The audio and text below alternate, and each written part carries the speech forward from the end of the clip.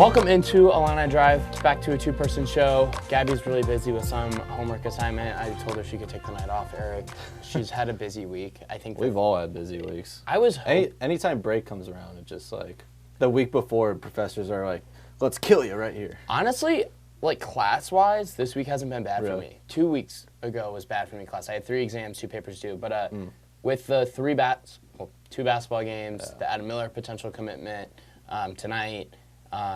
And then just like other things going on. It's just been a really, really busy week. And then I made a really poor decision to get a large coffee today. See, that's not bad. Okay, but it was like a gingerbread thing with like cream and gingerbread sugar. Thing. Yeah, it was at Dunkin'. I was like, ooh, that actually sounds kind of good. And now I'm like shaking and my fingers are. It's like it was kind of hard for me to like type Twitter in to my search bar. So if I talk really fast, you don't have anything. You don't have Twitter sorry. bookmarked on your laptop. Oh my gosh, you're a rookie. No, it's just my toolbar is already filled with different things. So it's like I'm not going to press 2 buttons to like press 1 button.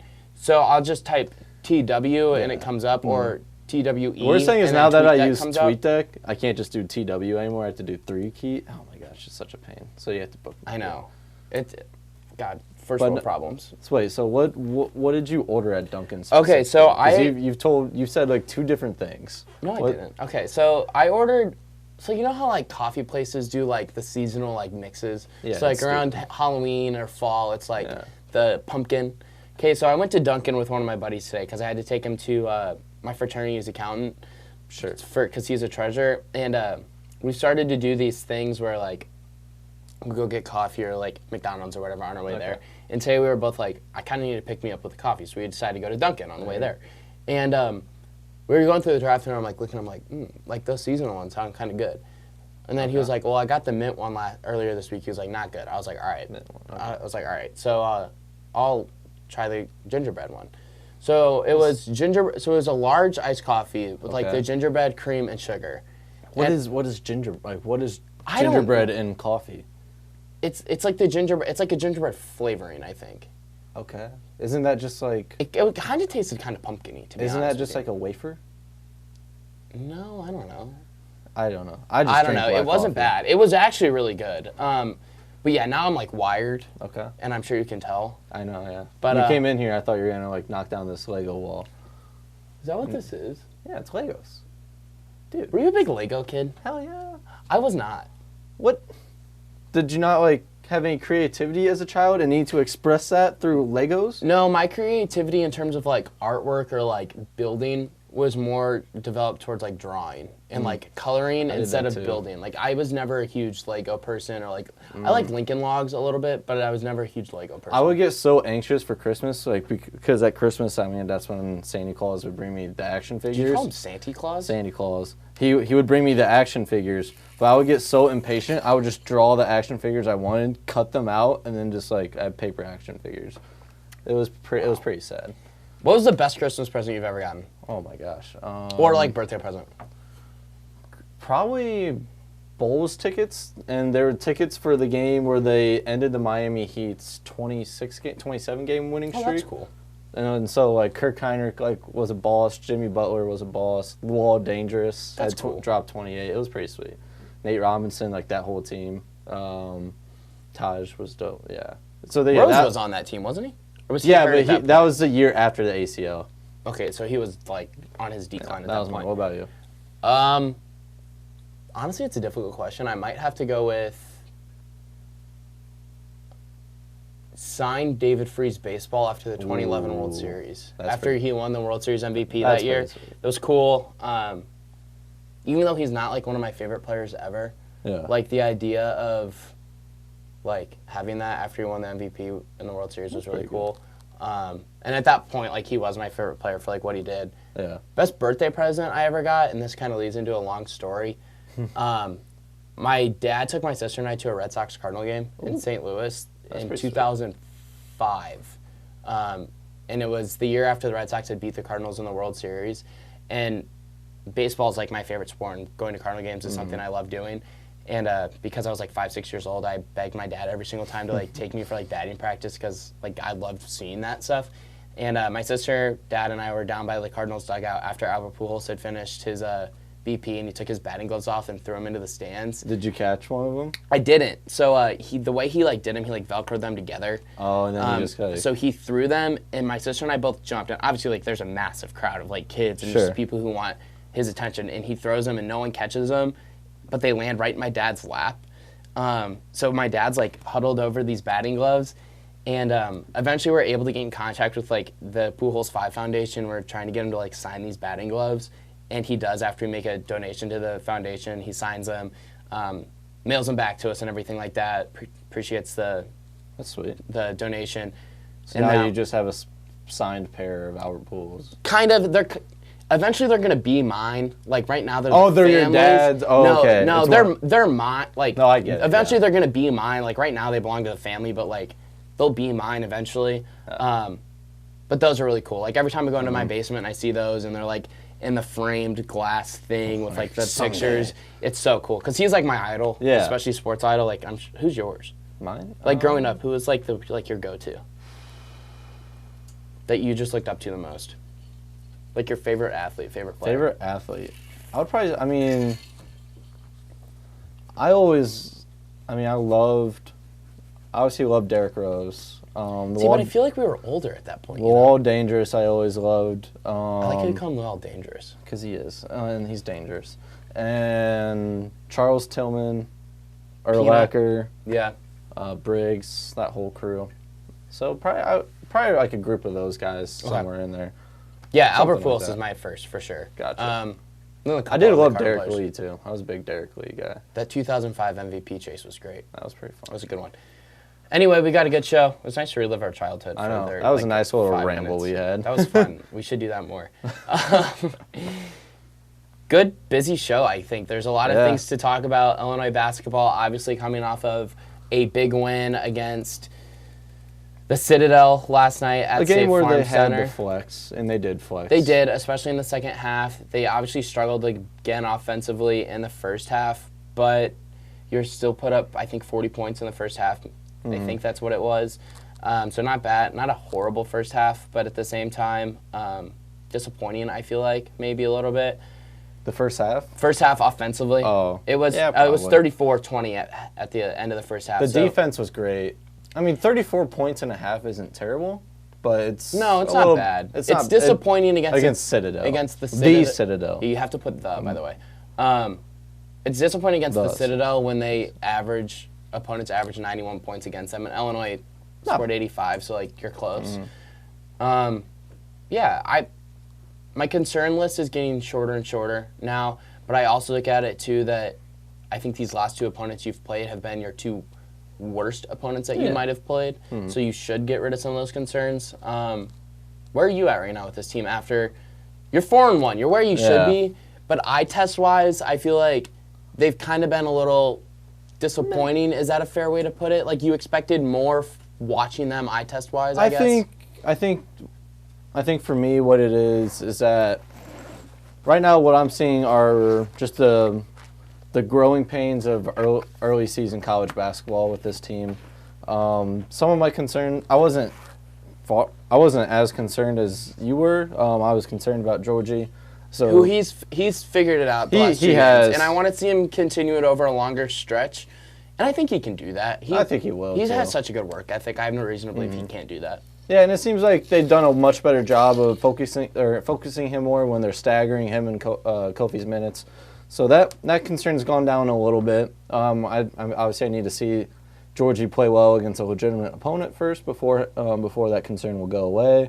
I mean, there's just a big asterisk kind of on the Citadel game because they were missing their best player. They were on a back-to-back, and it's the Citadel. So, I mean... And that's not to take anything away from them, but you should have beat them by what you did. Yeah. Maybe even more. And so, I mean, Iowa's shooting is jumping on my list of concerns.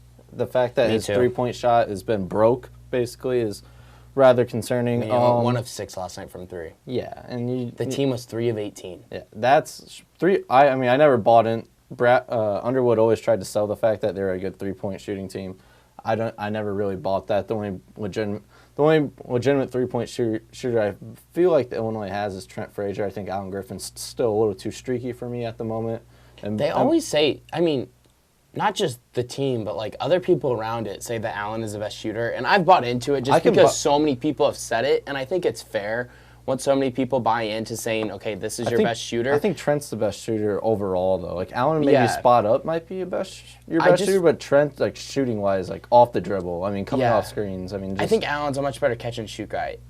The shooting is concerning, and it's very concerning, especially when you play Kofi and Georgie. Those three other guys have to be able to knock it down. Well, and I also look at it at this point, shooting wise, and I know Underwood said last night that like eventually we're gonna have a game where the shots fall, but I want to see consistency. How many of those shots though? Like you can't go 3 of 18. Like I can't expect you to go out against a Miami or a Missouri or another legitimate school and drop 10 of 20 even or 9 of 18, you know? Like, and even if you make 3 more of those threes too, now you're 6 and 18. That's still not great. That's 33%. That's decent from 3 as a team, though. It's okay, but I mean, you want to be. I mean, obviously, a good shooting performance would be. And if you're as good as you say you are, a good shooting performance would be about 40%. I mean, 6 of 18, I'd probably take it from this team now, but still, I mean, a lot more to be desired from shooting wise. But I mean,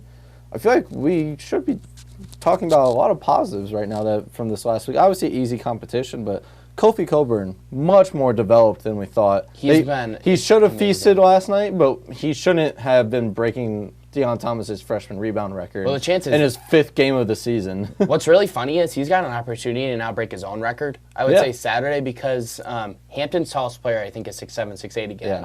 So you could see Kofi, I think, flex his muscles again and say, you know what, I'm going to break my record. Yeah. Just because he wants to. And I said to a photographer that was sitting next to me on the baseline, at one point in the second half, before they kind of took Kofi out and a couple of the other starters out, that he had a chance to have a 20-20 game. Oh, he definitely did, yeah. But obviously, first half he almost put up 10 and 10. He didn't finish with a 20-20 game, but 18 and 17 is pretty damn good. Yeah, it's very good.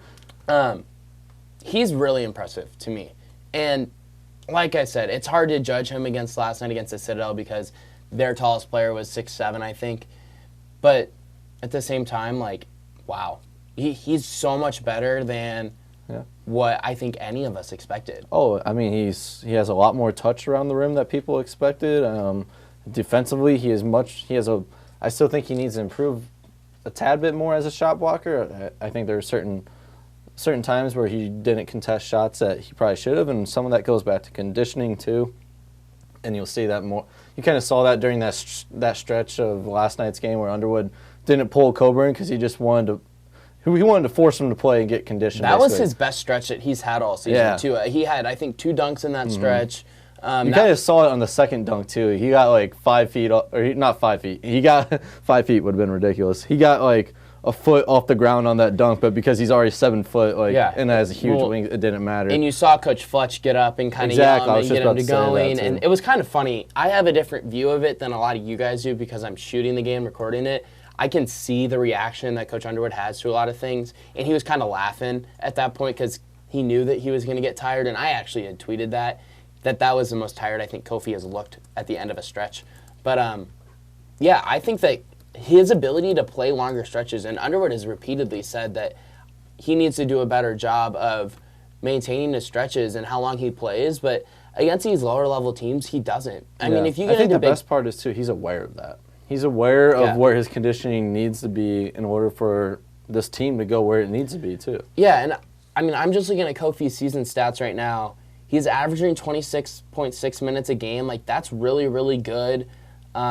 His field goal percentage is over 50%. It's at 54.7. That's solid. I think you could maybe even see that get higher as the season goes on, just because his touch around the rim is going to improve. It could also go down, though, because of conference play. It will, and Stephen Bardo kind of said that he thinks it's going to improve, and Deion Thomas both said they think it's going to improve around the rim just because his turnaround hook shot's going to improve, his comfortability around the rim, his footwork's already pretty solid, but I mean, he could get up around. His footwork is very solid.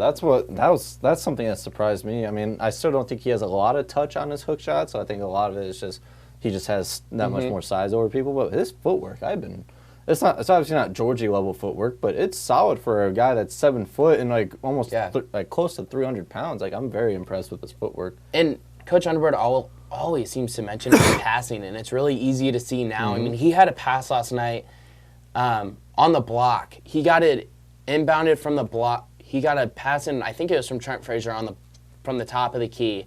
He got a pass in from Frazier to the block.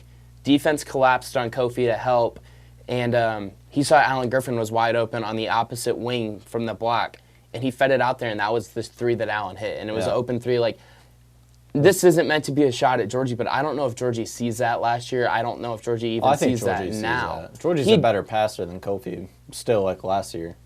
Yeah, but I feel like Georgie is really good at passing in the paint, almost. If he sees a guy cut to the paint, I feel like that's where we're seeing how good Georgie of a passer is now from the perimeter. That's true. He's Illinois' best post-entry passer. That's true. The Coburn. I mean, he's got that that fake jump shot pass. If I ever see Georgie, I'm going to tell him that's going to bite him in the butt one day, just because like there's going to be one time where he goes for that and Kofi's not going to be open. He's just going to chuck it, or he's going to come back down on travel or whatever. But I think Georgie's a much high level passer, and I think it's starting to kind of see it now. You're right. We're seeing some of the passes he's making too. I've been very impressed with his passing, but Georgie loves to pass so much. He kind of early on he was forcing it. He hasn't really forced it into the lately. Yeah. I think I think a lot of that comes from him, quite frankly, just being that much more confident around the basket. Yeah. With his ability to score, and he's more comfortable than he was earlier in the season around the basket with his turnaround shots. But you look at what this team has done in the last 2 games, the turnovers have been so much better. Yeah. Outside of the first half against Hawaii, which you had 10, you had 6 turnovers in the second half against Hawaii. You had a 15-minute stretch in the second half where you didn't commit 1 turnover. That's winning basketball. You had 13 in your last 3 halves. You've had 19 turnovers. That's decent. That's much better than it was earlier in the season, and I'll take that. And you also have seen Io cut his turnovers down a little bit. He had 2 last night. Seeing him finish much better in the paint too. Obviously, he always had that finishing ability. Finishing with contact, I thought, has always been kind of a different story for Io. I just feel like he's kind of bounced off the contact instead of like really getting into it and finishing through it sometimes. But I mean, we saw a little bit of that last night, so that was good to see too. And Felice is going to do what Felice does. Benjamin Bosman-Verdonk, though, he had a very nice outing off the bench. 6 points, 4 boards, 2 blocks, right? Yeah, I think so. I've got it in front of me. He had, let's see, he had 2 of 3, 2 for 2 from the free throw line. He had 6 points, 4 boards, had 2 field goals, and it was 0 of 1 from 3. But yeah. I don't read too much into that. No, but it's nice to see. It's encouraging nice to see him get on the floor. Yeah. And be successful. And I don't know how much I read into Underwood saying that he has a lot of trust in him defensively last night. I don't know if that. He's grown a lot defensively since the Nickel State game. I will say that.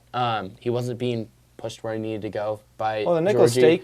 The Nickel State game, or was it the Lewis exhibition where he came up? Oh yeah, it was the Lewis exhibition where he played well, and then it was Nickel State where Underwood was like, maybe he's not as far along as we thought. Yeah, but he has come along a lot more offensively. He seems like he's starting to feel a little bit more of a groove about where he should pick his moments to attack into the paint and win, just to keep moving the ball. Defensively, I thought he's always been fine, and we kind of saw rebounding-wise what he kind of do. I mean, he skied for some boards last night, and those were contested rebounds that he got over people. So I think he's going to be a solid power forward for this Illinois team when he's ready. Yeah, and it's about growth. Yeah. It's about continued growth for this team going forward.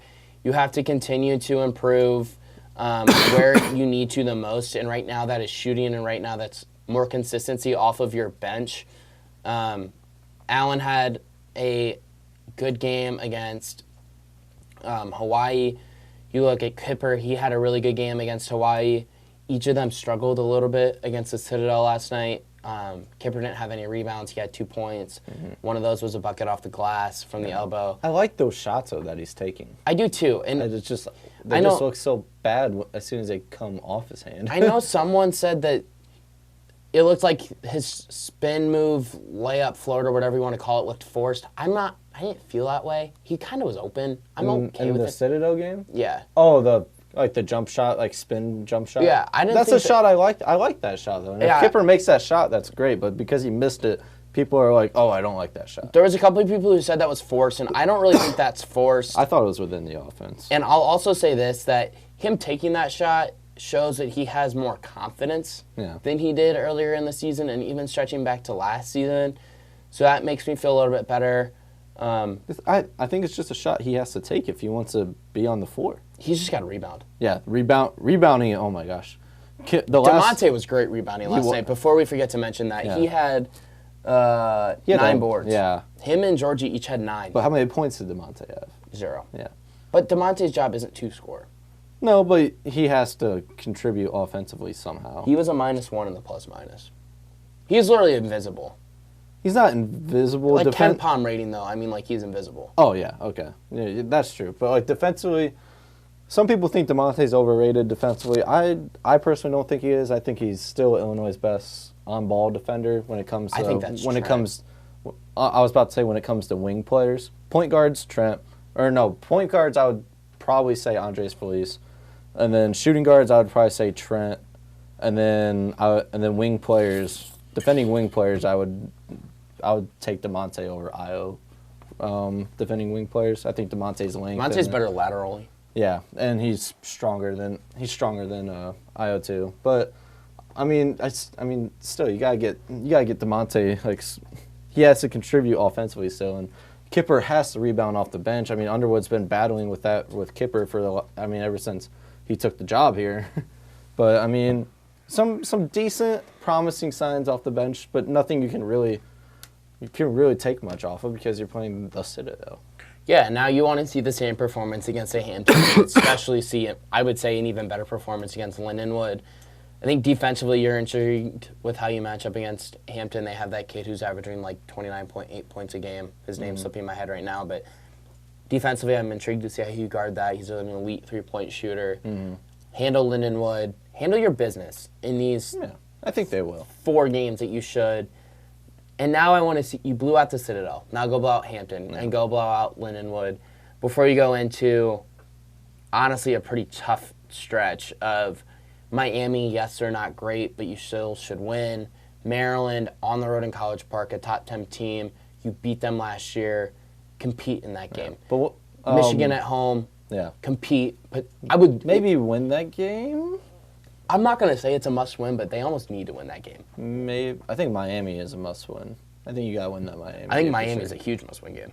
If there's a game before you start Big Ten play, which is against Michigan State on January 2nd, so you've got officially where you think this team will officially just break out, and that'll be their flow. That's the team we're going to see, and with slight improvement of the remaining non-conference games / Maryland and Michigan games. Hampton, Lindenwood, Miami, Maryland, Michigan, Old Dominion, and Mizzou, and North Carolina A&T. Which team do you think Illinois really breaks out against, and that's the team we see going forward? Because I think I have one in my head, and I think it's... So I think the Mizzou game bragging rights will tell us where this team's going to be at the rest of the year. I agree, and I think you see Illinois officially break out at that game. Yeah, I think they beat Mizzou pretty easily. That game's always close. I've gone to that game a lot in my life. But I think that this team has a lot of built-up anger to Mizzou. They take that game seriously. They keep taking it on the chin. I mean, not really. I mean, they lost for the first time last year in 4 or 5 years, but I think that is a good rivalry game. Yeah. And last year they took it on the chin just because Io didn't show up. Georgie didn't have the greatest game. It was literally Trent carried you. Trent was hard carrying you the entire game, basically. And that's what I kind of meant when they took it on the chin. Though, like no one really showed up. Brad got a little outcoached against Konzo last year. I think that's the game where you see Javon Pickett had like the best shooting performance of his life. I think that's the game you see Illinois officially break out. And if it's not that one, I would pick Michigan. Oh yeah, I just think that game will tell you where this Illinois team will be at the rest of the year. And I'm like I said, I do think they should win that game. I do too. They have more talent, and I think that, like I said, that's going to be a competitive environment. There's a lot of built-up anger towards Mizzou with Mark Smith. Trent hates Mark Smith for obvious reasons. He thinks they each think they're better than the other one. Yeah, last year they were. They're chirping each other. They'll chirp each other this year too. Last year pregame, like the players were like already like muttering Mark's name. It was pretty funny. Like Alan Griffin, a freshman at the time, was like talking smack about Mark, like saying like, "Oh, he can't even look over here" or something like that. But correct. Something I want to say though about this team is notice how they've gotten better every game. They haven't regressed at all. That's true. Nicholls State was bad, a bad game, but then they got better against Grand Canyon in a crazy environment. They got better. It wasn't clean still, but they got better. Arizona, they got better. They got better because they played that first half against them. They played a high-level basketball game, and then they eventually crumbled because they just still weren't ready. And then now we see this Hawaii game, a bad first half still, but you cleaned it up in the second half and you took care of business. And then the Citadel game, this game, you dominated them and you played a pretty clean game besides just missing shots.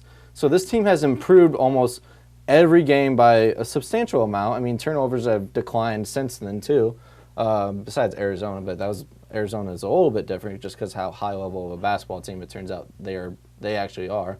I don't think anyone thought their freshmen, especially Nico Manian, would be as far along as they are at the moment. But Illinois has improved significantly each game, I believe, and so unless they regress in these next non-conference games, and God forbid they drop that Miami game, I think this Illinois team is going to keep on improving. And by the time that Mizzou game happens and they handle Mizzou, they win bragging rights, I think that's I think it's going to be a huge sign for this team going forward about what their potential is.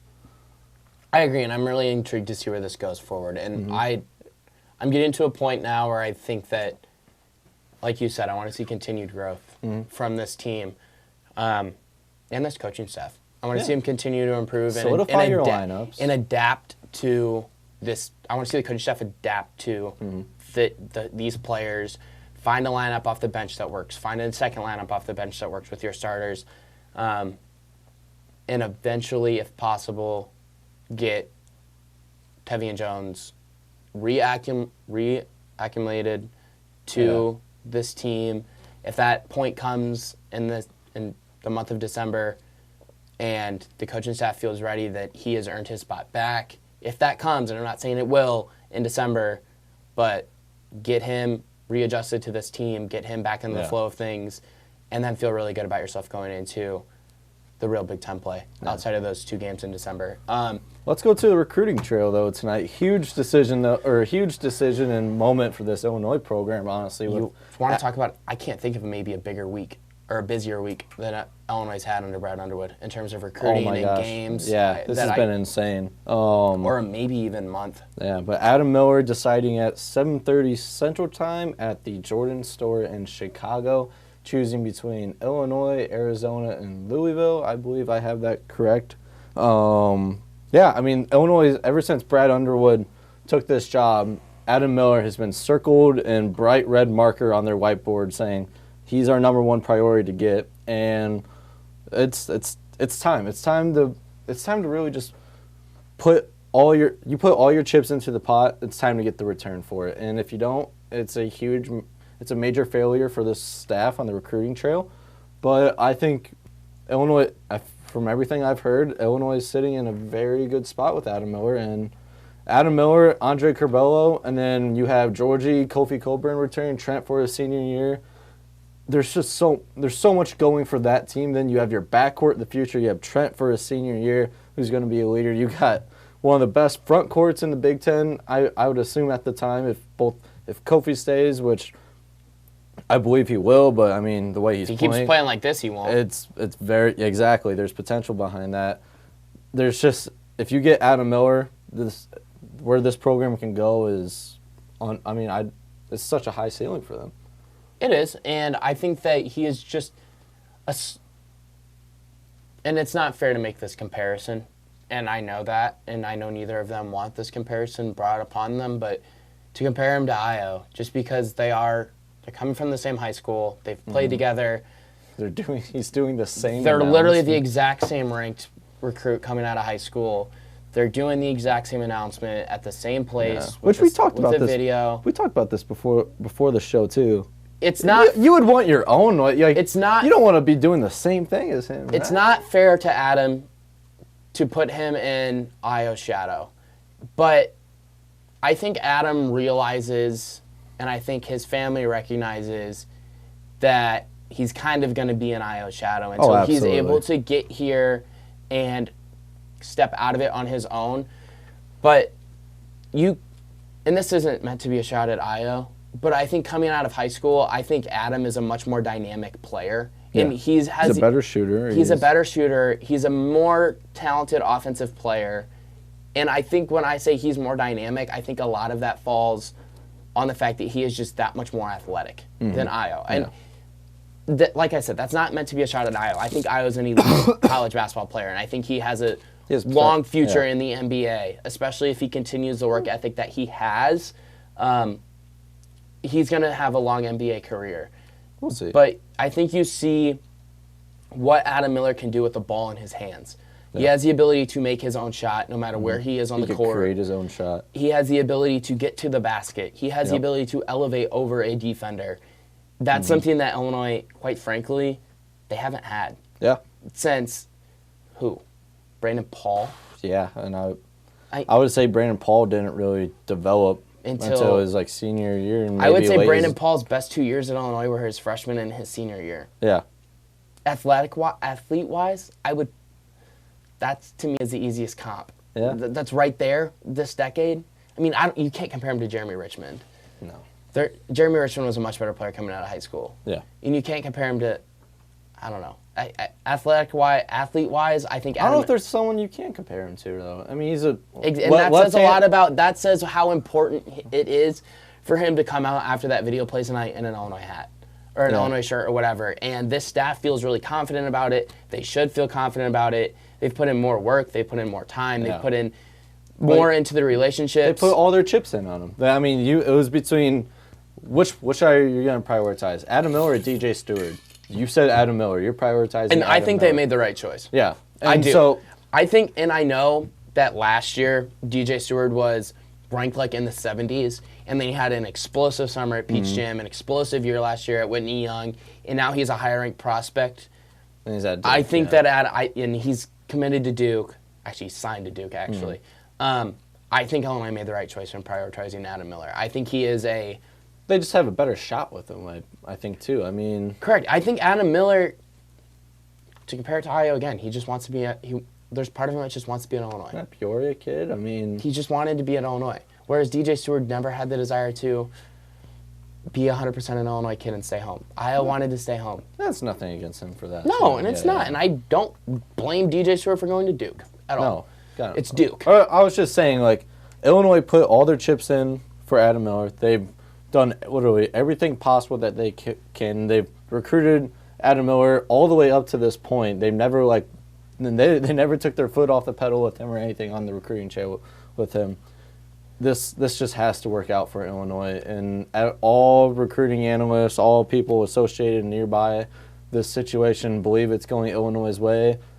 This hasn't always worked out for Illinois in the past, but I would feel good about it. I would feel good about it. I would feel good about it, and like I mentioned earlier, Andre Curbelo, Adam Miller, you secured your backcourt of the future there. You already have your front court of the future developing as is, with Georgie going to be a junior, and if Colburn, I don't think Colburn would declare. I think either way he's a two-year player. Even if he does keep producing this way, I would probably say, actually, no, I want to actually. I mean, if he averages a double-double with 15 points and 12 rebounds like he is now, he's going to have the opportunity. He's going to have the opportunity to at least look into it more seriously. But you'll have your front court of the future, your back court of the future. I mean, there's just so much potential with this Illinois basketball program if Adam Miller does commit and sign to Illinois. It's just an exciting time. You're starting. Illinois sports are just exciting. You're starting to really see the fruition of allowing a coach to control their own program for an extended period of time when they're a good coach and they have a staff around them that they trust, that they believe in. Yep.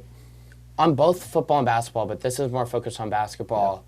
And you credit Josh Whitman for that, too, because you credit Josh Whitman to the world, basketball, to the moon and back. basketball, I think Brad always had that leash because this is only year 3 of Brad.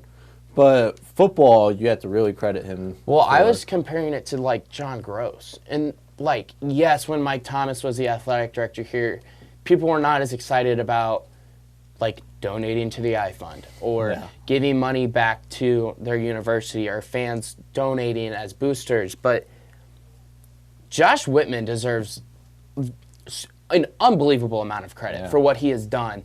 And he has taken some flack during this rebuild. But of both programs. He has, and it's deserved, especially on football. Yeah, football for sure. But you're seeing the growth now, and the idea of trusting the process and believing in what you are doing. Mm-hmm. And a lot of times that works if you have a plan that you believe in that you think is going to work. Yeah. And sticking to the plan and making minor adjustments along the plan if you feel like you have to. Mm-hmm. And I feel like this basketball program is getting back to the level that it should be at. Absolutely. And I'm not saying that this is early 2000s, mid-2000s Illinois basketball, that you're winning the Big Ten 3 years in a row, competing for a national title. And I think that Illinois fans who think that is the standard for Illinois basketball maybe don't have the most realistic expectations. Now, I think they can be there. Yeah, at a couple years, every now and then. But there's no reason this team can't compete in the Sweet 16 every single year. Oh, absolutely. When you're in the location you are, with a quality coaching staff, with feudal recruiting ground, this is a program that should live up to where its historical ranking is. And that's a top 15 program. And I trust that the staff is getting them back to that. And it all starts with having an identity. Yeah. So before we move on to football, let's just give our prediction. I'm pretty sure we both have the same prediction. Adam Miller commits and signs to the University of Illinois tonight. That's my prediction. Well, he can't sign tonight. Well, he could have signed this week. He said he didn't. Well, like he's going to eventually sign with Illinois. That's what I mean. Yeah. Either way, he will be signed for Illinois. I think he will sign at Illinois. Yeah, I do. I have 100% confidence he will have signed at Illinois. And that's a good thing. Yeah. That's a really good thing. Yeah, very good thing. So let's go on to football. Football enjoyed their bye week. It came at a great time. I mean, that Michigan State game, and then you have as much momentum as you do. It gives the staff a chance to go out on the trail. And Lovey said this week, the message hasn't changed, but the response has. Recruits are got a commitment today. Yeah, got a commitment from what was his name? JUCO linebacker. Athlete, I think is his name. Yeah, linebacker DB. Oh my gosh. It's LeVar Gardner. Exactly. There you go. Sorry. There we go. Our listeners, I apologize for not knowing that. I also apologize too. I had the name right on the tip of my tongue too. But I mean, you gotta commit from him today. I mean, but expecting more. The staff is hearing a lot more responses on the recruiting trail. Guys wanting to come to Illinois, visit the facility, talk to the coaches, stuff like that. And now they head out to Iowa, and they're kind of facing the same situation they were facing last week against Michigan State. I mean, 15.5-point underdogs, I believe, is what the line was for that Iowa game. Pretty similar, if not the same, to Michigan State. Obviously, different in the fact that Iowa is a much better football football team than Michigan State at the moment. But I'm kind of at the same place that I was at this Michigan State game, where I have no idea what's going to happen with this Iowa game. Yeah, this game's tough. And this isn't meant to be disrespectful to Illinois either, and I feel like I've said that phrase a lot. To a point, it's Illinois football, and I feel like they're just going to fall on their face at some point. Yeah. That's not meant to be a shot to anyone connected to the program, and I hope they don't take it that way if they're listening or watching, whatever. But it should be a competitive game. It should, and I expect it to be a competitive game. I think the line is like minus 15.5 right now for Iowa. I don't know if they covered. Yeah. I mean, Iowa's a really good team. Iowa's playing some pretty good football right now. And they have a lot of really good players. I mean, they have a top 15 pick on their defensive line. Oh my gosh, AJ Espinosa. AJ Epinesa. Sorry. You're really going to struggle with that one. He's actually like I'm from terrible like with 30 names. minutes from me. Yeah. He's insane. He was insane in high school. Yeah, Lovey even mentioned it. I mean, he's like, we gotta keep those Illinois guys in state. Like, we can't let those guys. I didn't know that Lovey away. had a relationship with his family. I didn't either. No, that was a nice little tidbit to It was. kind of hear about. And the reason Lovey's so connected though that he just doesn't tell us about half the connections he has. AJ Epinesa, father actually played under Lovey when he was with the Rams, and he played at Iowa as well. Yeah. AJ has 2 younger brothers who, one of them is like in 8th grade, I think, and he's like my size, like height-wise. Gotcha. And they're saying like he might be better than AJ. So, they're both probably going to end up going to Iowa for whatever they do. So the Hawkeyes have a feudal recruiting ground with the Epinesa family. But anyway, I feel like Illinois going into this game should feel confident. Something that they haven't felt going into an Iowa game in a long time. Like, you haven't won in Iowa City since 1999, the year I was born. I think you were born in what, 97? 97, yeah. Hey, I'm good. But I mean, yeah. So you were alive last time Illinois won there. I was too, I guess. Yeah. But I don't remember it. Do you? Oh yeah, I had it. I had a tape right there. I mean, got back from the hospital and I had it pulled up on my iPad. You were 2. What were you doing in the hospital? 97? Yeah, they last won there in 99. I was born in 97. Oh, I thought you said and what they were you doing won. in the hospital when you were 2? Maybe yeah. I don't know. Maybe I was sick. Did you get dropped? That'd explain a lot. No, I mean the nice part about Illinois is you're riding a ridiculous amount of confidence, and that is extremely dangerous for whatever team you're going to be playing that week, except maybe Ohio State. You're coming in against Iowa, where you're almost every week, besides Rutgers and those Purdue games, it seems like Illinois has gone up against one of the top defenses in the country. No different with Iowa. We already talked about AJ and what he does. But you're also going up against a pro-style offense, and this Illinois defense has done solid against pro-style offenses this year defensively. Last year they got manhandled by Iowa. I mean, the tight end combination of T.J. Hawkinson and Noah Fant just like absolutely crushed you, and that was literally the only thing on the scouting report was said to worry about was like, hey, crossing routes with the dual tight end set. Watch out for that Jake Hansen. What? As Noah Fant runs by, but this Illinois team is in a much better position defensively against pro-style offenses. It seems like Wally Batiku is practicing this week, which is a good sign. He was practicing Tuesday when I was there. You know Isaac got a call from Lovey about that? About tweeting out about the players practicing? No. Yeah. Why didn't I get a call? No. I tweeted it. Do you want to compare the follower count?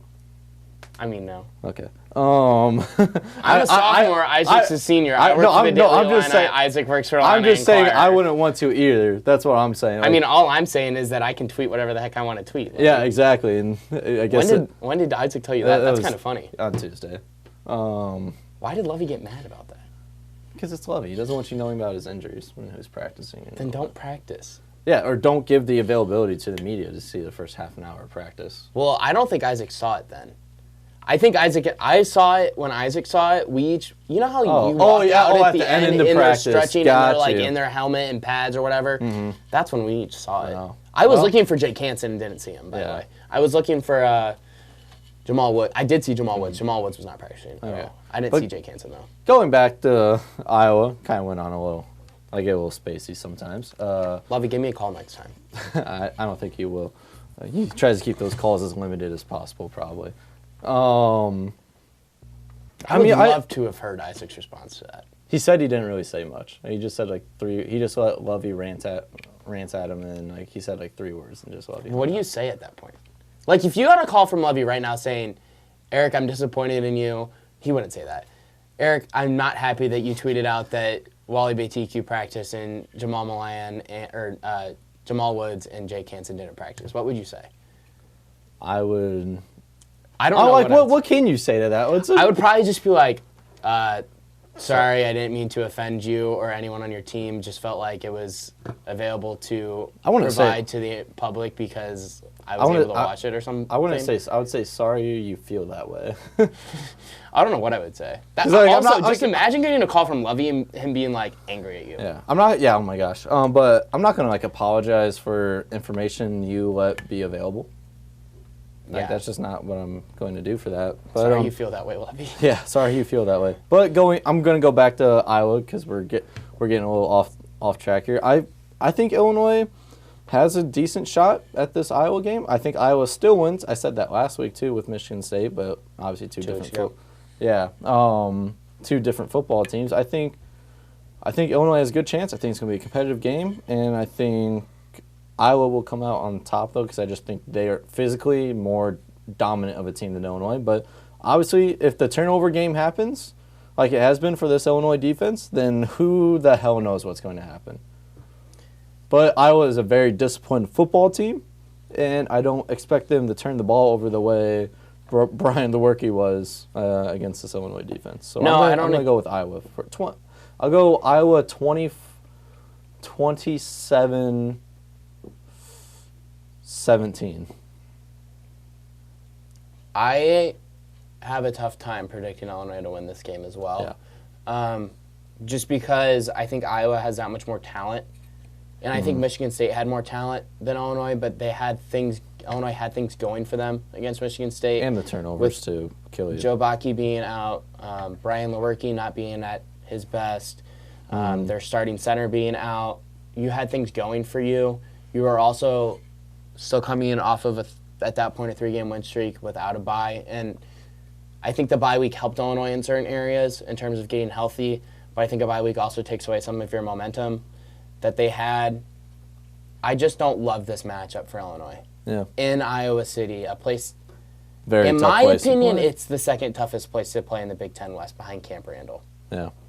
I know a lot of people probably throw Nebraska in that conversation, but Indiana just went in Nebraska. I mean, Indiana's a good football team. Don't get me wrong with that. They're pretty good this season. They're pretty good. They're 8-3, 7-3. Yeah, 7-3, I think. Mm-hmm. They're a good football team. Don't get me wrong, but Iowa's not nowhere near where it needs to be under Scott Frost right now. But going up to Iowa City is a hell of a task ahead, and I don't think Illinois. I will say this: you're not going to have to deal with the students as much. No, but you will have to deal with a sold-out Iowa. Kinnick Stadium. Yeah. What's your score prediction? I have Iowa. This is so hard because I just don't know what I'm going to get from Illinois' defense. Exactly. Are they going to turn you over? Or I expect 2 turnovers at least defensively. Even against Iowa? Yeah. Okay. Because this defense has proven it all season. I have Iowa winning 24-14.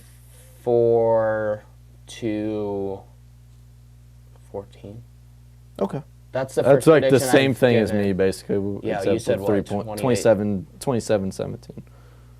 Yeah, I don't know. It's tough. I'd predict him to win handily against Northwestern, though. Yeah, I do too, for sure. But going forward, I'm intrigued to see where. But I think this Iowa game will be fun, though. This game is not even good. This game is a great read for where you are at. Yeah, Big Ten West-wise. Because, at the beginning of the season, it was, all right, where are you? Mm-hmm. And then it was, when you were 2-4, all right, this is still a bottom quarter of the Big Ten. Yeah. Now you win 4 games in a row. You're going to a bowl game. All right, maybe this is, middle, upper tier Big Ten. Mm-hmm. You beat Iowa. You're upper tier Big Ten. I mean, you're probably a top. You're a top 5 Big Ten team, especially an Iowa team that just beat Minnesota. Are you a top 5 Big Ten team if you beat Iowa? Absolutely. Ohio State, Penn State.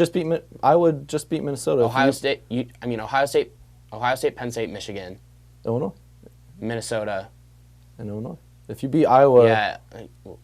No, I wouldn't put Minnesota in the top.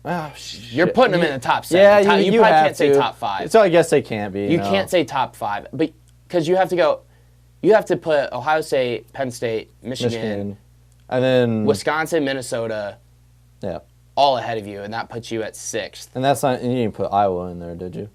No. Yeah, exactly. No, And I think you still have to put Iowa ahead of you because they beat All Minnesota. right, we got a little ahead of ourselves. We there. did. But go prove it. But go prove it now. Big Ten West, though, you are one of the top teams. Absolutely. Third. I mean, you're in third place technically right now. Third, fourth place now. You're tied for third with Iowa. And then behind if you Minnesota and Wisconsin. So then you pass Iowa. Yeah. Even though your record's not better, you pass Iowa. Mm-hmm. Your overall record, your Big Ten record's better. And you beat Wisconsin, too. So. Are you saying second? I mean, I'm not saying like Illinois is a better football team than Wisconsin because I don't think it is. They beat Wisconsin that day, but they're not better than Wisconsin. Yeah. There's a reason. But I mean, yeah, it shows that Illinois the year afterwards, if you beat Iowa the year afterwards, they could be one of the best teams in the Big Ten football wise. And that's really fun to think about because a couple years ago, that's the last thing we were thinking about at all. Yeah, now I want to see you go prove it. And I think they are really ready, and they are pissed off that they lost 63-0 last year. Oh, yeah. And they will use that as motivation.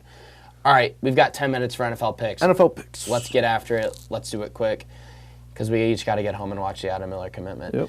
All right, Indianapolis travels to Houston to take on the Texans and Deshaun Watson. Houston is -3.5. I think they get back on track this week and cover. I'm going to go Indy.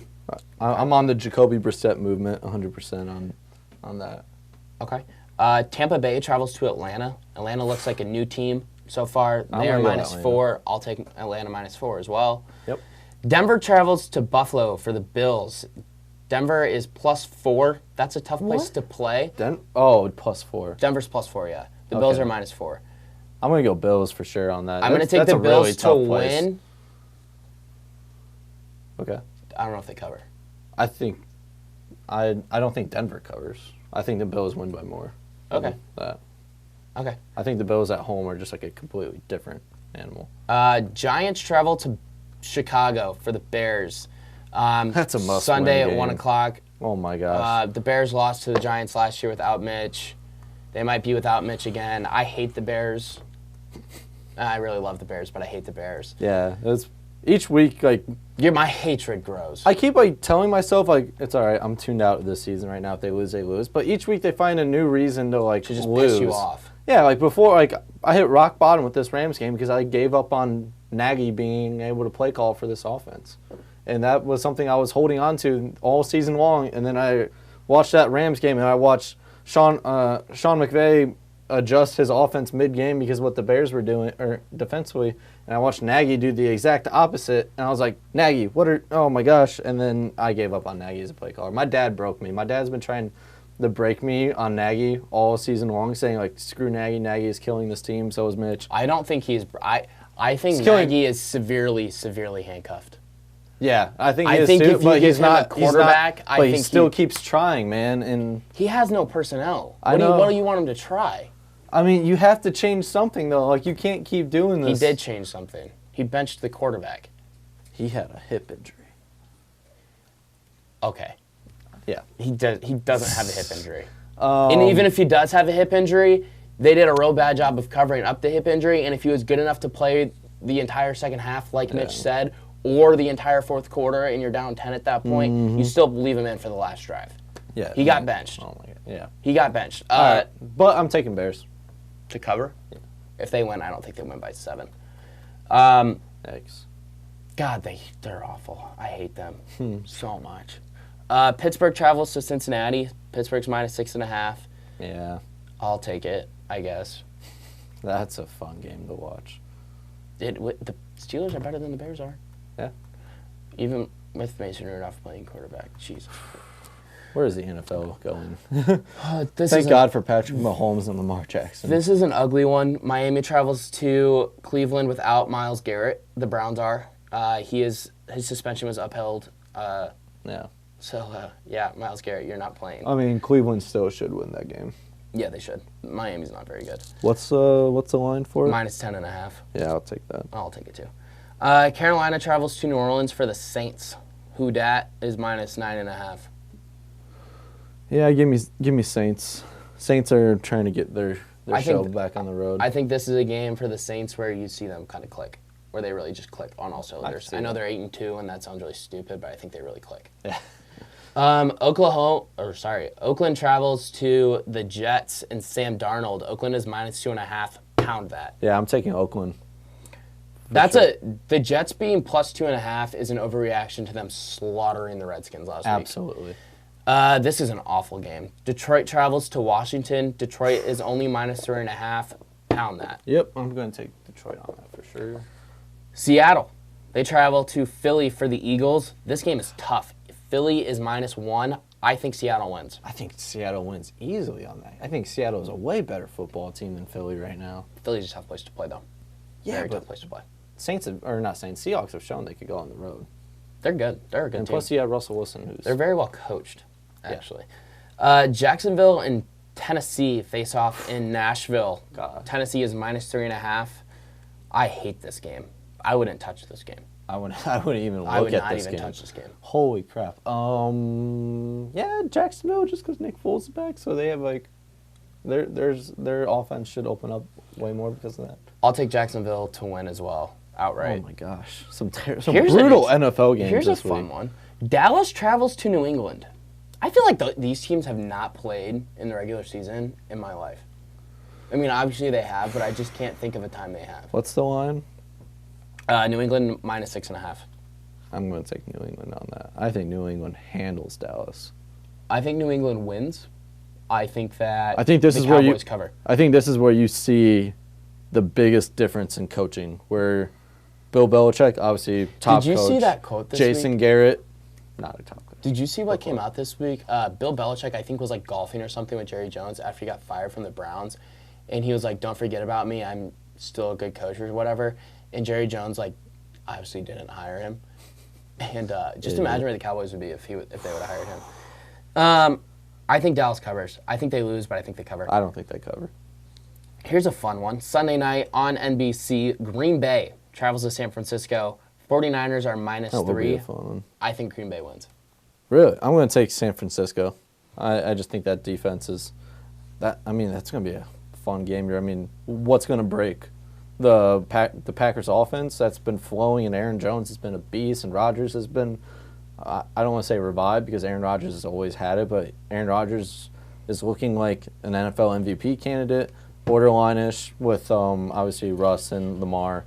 But then you have the defense of the 49ers that's just been monstrous all season, and their offense, if their wide receivers decide to catch any ball that Jimmy Garoppolo throws their way, I mean, that offense clicks.